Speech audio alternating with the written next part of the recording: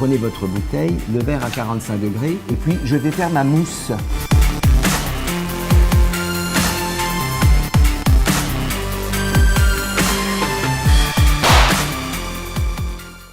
Trouver sa voie, c'est pas facile. Quand t'es en 3e, en terminale, bac+5 ou même pas scolarisé, s'orienter ou se réorienter, on peut nous-mêmes le confirmer, c'est pas facile. Dès le début de l'année scolaire, on te parle que de ça, et savoir ce que t'aimes, identifier tes passions ou tes centres d'intérêt, ça peut être assez galère. Aujourd'hui, on va tenter une expérience originale. On est 4 au tatou, comme vous le savez, et on va donc pour quelques heures changer de métier. Bon, est-ce que youtubeur est un métier? Ça, c'est un autre débat pour une autre vidéo. Mais partons du principe que nous exerçons un vrai métier. Donc aujourd'hui, Ludo, Joe, Franck et moi-même, on va occuper un taf différent. Mais quand je dis différent, c'est genre vraiment différent. Bon, c'est moi qui commence cette expérience un peu spéciale et pour tout vous dire, je stresse un peu. Aujourd'hui, je vais être modèle d'art. On va aller à l'école Paris Academy of Art et des élèves vont me dessiner. Mais petite précision, je serai nu. Et oui, quand on vous avait dit métiers différents, c'est vraiment des métiers différents. Car être modèle d'art, c'est un métier qu'on peut faire. C'est pas un simple hobby, une passion ou une activité pour occuper ses week-ends. Non, c'est un vrai truc, c'est pas juste attendre assis que les élèves aient fini. Donc là, voilà. Je vais me mettre à poil. Mais on va aussi rencontrer une vraie modèle d'art qui va nous parler de son métier. Tu peux me parler? Allez, c'est parti, maintenant je vais devoir me changer, non, parce que finalement je vais juste me mettre nu, quoi, je me change pas. Première fois de ma vie, je crois que je vais me mettre nu devant des gens, devant plus d'une personne, quoi, clairement. Je me demande vraiment pourquoi je fais ce genre de métier, quoi. Voilà, c'est parti. Bénédicte, toi t'es modèle d'art, Oui. d'accord, ici. Est-ce que tu peux me raconter rapidement à quoi ressemble ce métier? Qu'est-ce que c'est? Je me suis retrouvée un petit peu modèle d'art par hasard en posant une première fois pour Craig Hanna. Et de fil en aiguille, j'ai ensuite posé pour d'autres peintres et je me suis retrouvée grâce à tout ça dans cette école, dans cette académie d'art. Donc ça fait très peu de temps que je le fais, ça fait moins d'1 an. Ça m'a appris plein de choses, notamment sur ma pudeur, parce que je suis quelqu'un de très pudique. Ouais. Ça m'a appris à accepter le regard des autres. On est prêt?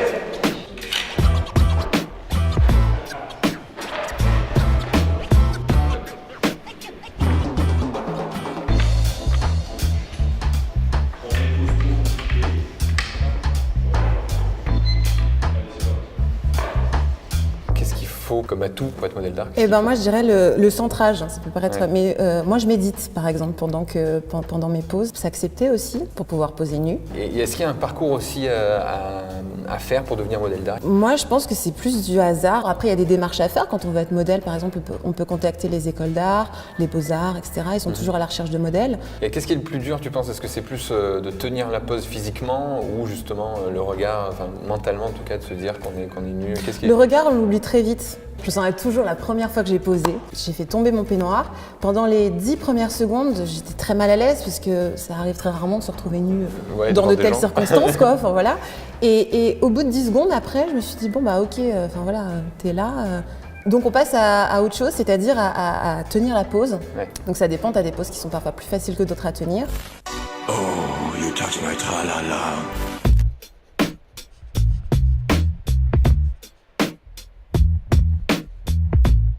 Peut-être la dernière. Voilà, c'est fait. Et honnêtement, c'est hyper physique, de ouf. En vrai, on oublie vite le côté on pose nu, ça on l'oublie vite. Et je vais surtout pas envie de niquer leur travail, tu vois, en bougeant quoi. Mais après, bon, voilà, on est mal à l'aise, ça c'est sûr. Respect pour les gens qui font ça quoi. C'est très dur, très dur. Bon, le prochain va être un peu moins artistique, sauf si vous pensez que boire de la bière est un art. Pendant quelques heures, je vais être biérologue. On connaît tous les astrologues, les sexologues, même les psychologues, mais est-ce que vous connaissez les biérologues? Les biérologues étudient la bière, le brassage et les brasseries, tant au point de vue historique que technique ou gustatif. Et cette discipline s'appelle donc la biérologie. On est allé voir Hervé Marziou, un biérologue qui va nous faire découvrir son métier si spécial. Bon, et je vous l'avoue, on va aussi boire quelques coups. Hervé, tu es biérologue, est-ce que tu peux nous expliquer ce que c'est comme métier? Le biérologue, si je dois le décrire en 2-3 mots, c'est mettre en valeur le travail, le savoir-faire du brasseur et mettre en valeur les bières qu'il élabore. Comment aujourd'hui on fait pour devenir birologue? Voilà. C'est une excellente question parce que nous sommes actuellement en train de réfléchir à une formation diplômante, donc ça n'existe pas. Tous les biérologues que vous rencontrerez, ce sont des biérologues qui ont, par différentes accumulations de connaissances, acquis la possibilité justement d'être reconnus sur les différents points qu'on vient d'évoquer. Donc on va déguster une bière de la brasserie de Lettres à Paris, qui est la brasserie qui nous a accueillis pour ce tournage. Je te laisse faire. Oui, bien sûr, tout à fait. Vous prenez votre bouteille, le verre à 45 degrés, et puis je vais faire ma mousse. C'est quoi la journée type d'un birologue? La journée type, ça va être une dégustation d'une bière dans la journée. Ensuite, je vais simplement donner un nom à l'odeur de cette bière. Je me retrouve avec une odeur auquel je vais donner le nom de bouquet, et le bouquet de cette bière est fruité. On va prendre une franche gorgée de façon à ce que la totalité de la cavité buccale soit imprégnée de la bière. Comment on gagne sa vie en étant birologue? J'ai créé ma propre structure de consultant en biérologie, et donc à partir de là, je me suis confronté simplement à l'élaboration d'un tarif. Comme j'avais des cours à l'université, pour moi c'était simple de dire mon tarif heure, mon tarif demi-journée, mon tarif journée totale. Je commence tout de suite par les saveurs fondamentales. On est dans l'amertume.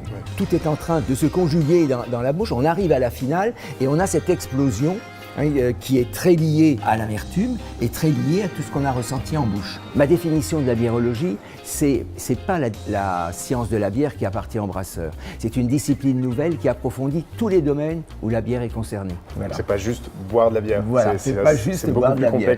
C'est boire de la bière souvent, mais avec modération. Okay. Ouais. Ah ouais, on vous avait prévenu, hein, les métiers que vous allez découvrir dans cette vidéo sont vraiment hors du commun. Mais après tout, ces métiers ne seraient pas si originaux si on nous en avait parlé au collège ou au lycée. Oui, si ta passion c'est qu'on te peigne nu et que tu veux en faire ton métier, alors n'hésite pas. Et c'est sûr que ces formations ou ces métiers, personne ne t'en avait parlé auparavant. Et c'est donc dans cette optique, dans cette vidéo, qu'on a aussi voulu montrer d'autres alternatives. On a notamment collaboré avec le site tonfuturmétier.fr qui est proposé par le Crédit Agricole d'Île-de-France. Tonfuturmétier.fr, c'est quoi? C'est un site mobile où tu retrouves Charlie, un coach d'orientation sur Facebook. En gros, tout se passe sur Messenger, un bot va te poser des questions pendant à peu près 15 minutes, et un peu comme le site Akinator, pour ceux qui connaissent, la plateforme va te proposer plusieurs métiers. Quand on a fait le test, le bot nous a proposé une dizaine de métiers et leurs formations qui nous correspondaient. L'idée est donc simple, trouver une formation ou un métier qui colle à tes envies et qui change aussi du classique cursus à la fac sans être sûr d'avoir des débouchés ou des écoles de commerce ou encore des prépas. Donc si tonfuturmétier.fr t'intéresse, on te met toutes les infos en description et on t'invite à aller checker tout ça. Bon, on vous la fait pas, on vous avait parlé de 4 métiers en début de vidéo, pour le moment on en a fait que 2. Alors voici la suite et petit indice pour le prochain, j'espère que vous aimez les sensations fortes. Bon là c'est à mon tour et je sens que je vais faire le métier le plus physique de cette expérience car aujourd'hui je vais être cascadeur. Je vais rencontrer Robert Benita, un directeur de cascade. Il donne d'ailleurs des formations à l'Écart, une école de cinéma. Donc moi aujourd'hui je vais suivre un de ses cours et j'espère que je vais pas trop souffrir. Bon là on va commencer le cours, d'abord ça va être des étirements et après on va faire des mouvements de cascade. Je vais essayer de le faire aussi bien qu'eux, on sait pas, on va voir.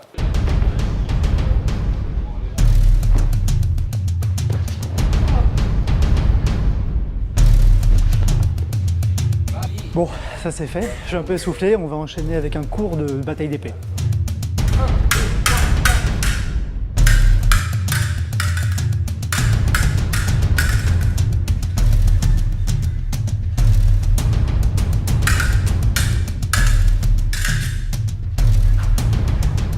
Alors Robert, tu es cascadeur professionnel. Comment tu pourrais définir ton métier? C'est un rêve quoi, c'est le rêve d'enfant. Tout le monde a rêvé d'être cascadeur. Moi je l'ai réalisé. Qu'est-ce qu'il faut faire pour être cascadeur? Quel est ton parcours à toi? À l'époque où moi j'ai commencé, donc il y a une quarantaine d'années, j'étais d'abord sportif de haut niveau et puis progressivement karting, stock car, puis d'autres disciplines, donc ça rapproche un peu des conditions optimum pour pouvoir faire ce genre de métier. En fait, il faut savoir faire au moins une trentaine de disciplines. Ouais. Il faut aimer alors les sensations fortes aussi? Les sensations fortes, ça engendre la quête de l'exploit. Et l'exploit, c'est pas possible au cinéma.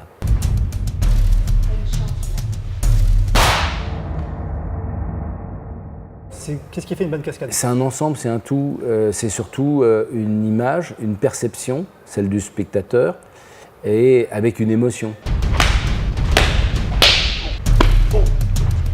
Comment toi t'es arrivé dans ce métier? T'es devenu d'abord acteur et après il y a eu des débouchés? À mon époque, il n'y avait pas d'école. Et c'est pour ça que j'ai écrit des pédagogies pour la cascade et que j'étais la première école en Europe. Parce que j'ai pris une balle avant.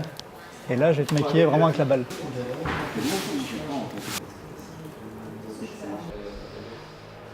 Qu'est-ce que tu essaies de donner comme image à tes élèves du métier de cascadeur? Si on s'y prend bien et si on cale bien l'image par rapport à ce qu'on veut faire, on n'est pas obligé de prendre des risques incroyables pour avoir une image spectaculaire. C'est payé comment? C'est payé par film? Il y a un cachet? Il y a un salaire? C'est payé par cachet, ça dépend du risque que tu prends. Tu es mieux payé quand tu es coordinateur que quand tu es que cascadeur. Tu t'aperçois que tu gagnes mieux avec des spectacles qu'avec des films. Donc bon, là, c'est un métier qui fait rêver et il faut bosser assez dur. Je l'ai vu aujourd'hui, moi. Hein. Alors voilà, j'ai fini en sueur. Hein. T'as remarqué, c'est un métier. C'est dur, c'est physique. Ouais. Bon, après l'artistique, la gastronomie, les cascades, on va finir presque en douceur avec des animaux. On va se rendre au Jardin des Plantes dans lequel se trouve la Ménagerie qui est le second plus ancien parc zoologique du monde. Il a ouvert en 1794. Et si on y va, ce n'est pas pour faire les touristes, mais pour découvrir le métier de soigneur animalier. Actuellement, la Ménagerie compte 1200 animaux et là-bas, il privilégie les espèces de petite et de moyenne taille. Et beaucoup d'entre elles sont menacées d'extinction, comme les pandas roux, les panthères des neiges ou encore les tortues des Seychelles. Et au quotidien, s'occuper de ce genre d'animaux n'est pas toujours très simple et demande des compétences très spéciales aux soigneurs du zoo. Donc là, la journée va commencer pour Leslie. On va aller choper les clés, récupérer le Toki et c'est parti. Donc, où allons-nous? On va commencer par les volières du labo.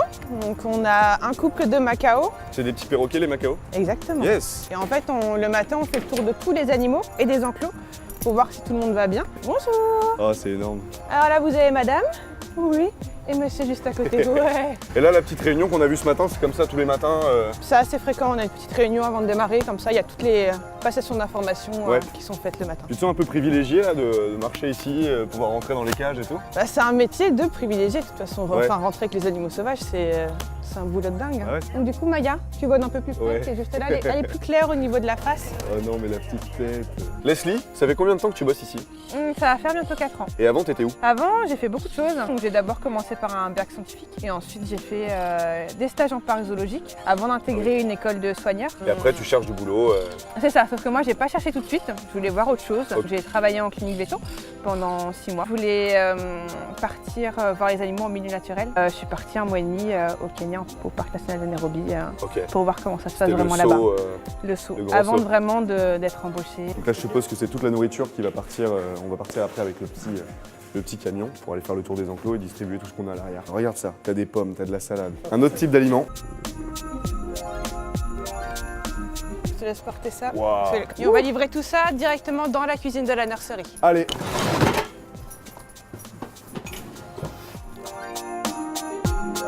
Il reste ça, mais ça va être un petit peu lourd. Non, arrête. Oh putain, c'est super lourd. Ah si. Salut monsieur, ça va Tenga? C'est gigantesque. Et alors ta journée typique de soigneur par exemple, de quoi t'occupes-tu en général? Déjà le matin quand on arrive, on doit vérifier tous nos enclos et tous nos animaux. Ensuite en général on prépare d'abord toute la nourriture et ensuite l'après-midi c'est plutôt réservé pour faire des extras au niveau du nettoyage, pour faire des enrichissements et des entraînements médicaux. Oui. Qu'est-ce que tu appelles les enrichissements? Enrichissement en fait c'est qu'on va amener un enrichissement du milieu pour éviter que les animaux s'ennuient. Là on va attaquer le gros du taf, Leslie elle a décidé de me faire bosser, je crois qu'on va aller nettoyer les fosses. Ça mange que de l'herbe ça. C'est le bambou. Ça se voit, hein, et c'est la le bambou, poudre de bambou, ouais. Et là, hop, tout ça on n'en veut plus, ça dégage.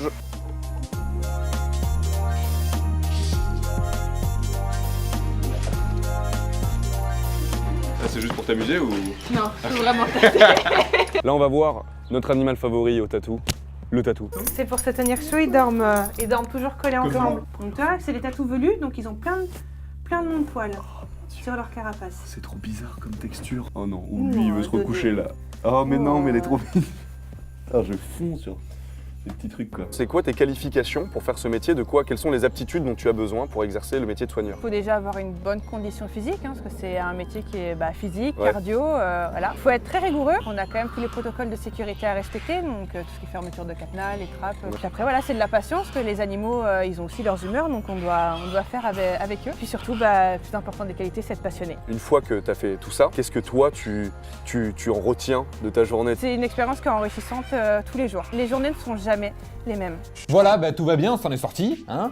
Vous en avez pensé quoi, vous les gars, votre métier? Alors moi ce que j'ai bien aimé c'était déjà les animaux, j'adore les animaux, donc ça m'a fait très plaisir. Et Leslie était super cool, donc voilà, une très bonne journée dans un cadre magnifique. J'avais le plus physique, peut-être, des 4 métiers. Ouais, j'ai encore... c'était pas mal physique aussi ton truc. Ouais, mais pas pareil, moi j'ai encore mal au dos, j'ai bien bossé, j'ai pris une balle dans la tête. Quand même. À ne pas refaire à la maison. Non, c'était vraiment cool. Moi c'était sans doute le plus chill, le plus cool, et c'était très intéressant de voir la bière sous un autre jour. En fait t'as aimé boire quoi, tu peux le dire direct hein. Non, ça c'est intéressant, c'est pas sur l'ivresse. Si t'as compris ça, t'as rien compris, voilà, excuse-moi. Que ça moi tout le temps. Le nu intégral. Et moi au final c'était une expérience que j'ai été content de faire parce que ça m'a appris beaucoup de choses sur moi-même. Vu que je m'étais jamais vu nu, donc du coup j'ai appris plein de trucs. Mais non, par contre c'est effectivement très malaisant au début de se mettre nu, ça c'est clair.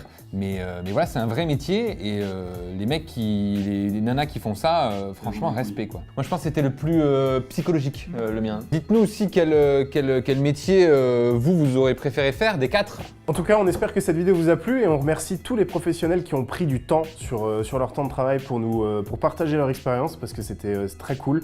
On a à chaque fois été accueillis très très bien. Ouais. Merci à eux, merci à tous les intervenants. Merci d'avoir suivi la vidéo, on se dit à très vite pour une nouvelle vidéo. Au revoir.